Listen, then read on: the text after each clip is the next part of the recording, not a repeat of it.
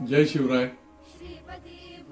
छत्रपती शिवजयंतीच्या निमित्ताने मी सर्वांना खूप शुभेच्छा देतो.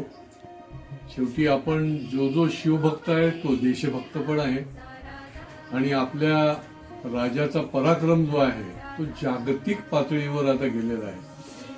हे करत असताना आपण शिवजयंतीच्या निमित्ताने छत्रपती शिवाजी महाराजांचे निरनिराळे कार्यक्रम आपण आयोजित करतो. व्याख्यानं असतील, रॅलीज असतील, सन्मान असेल, रांगोळ्या असतील.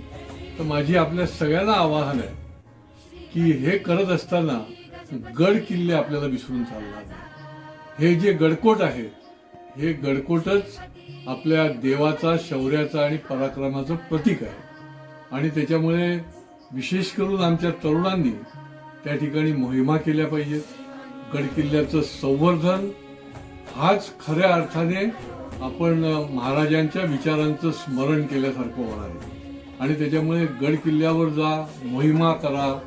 गड किल्ल्यावर जाऊन गडावरची माती कपाळाला लावा आणि हे गडकोट किल्ले जे आहेत ते अभेद्य, सुरक्षित कसे राहतील, कारण याच्यामध्येच सगळं शौर्य आहे.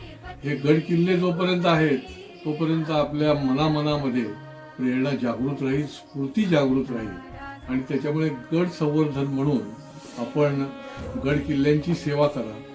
गड संवर्धक म्हणून, गड सेवक म्हणून, दुर्ग सेवक म्हणून पुढच्या काळामध्ये मोठ्या प्रमाणामध्ये आपण सगळेजण काम करूया आणि खऱ्या अर्थाने छत्रपती शिवाजी महाराजांचा इतिहास जो आहे तो पुढच्या पिढ्यानपिढ्या चालू राहील याच्या दृष्टीने प्रयत्न करूया. जय शिवराय.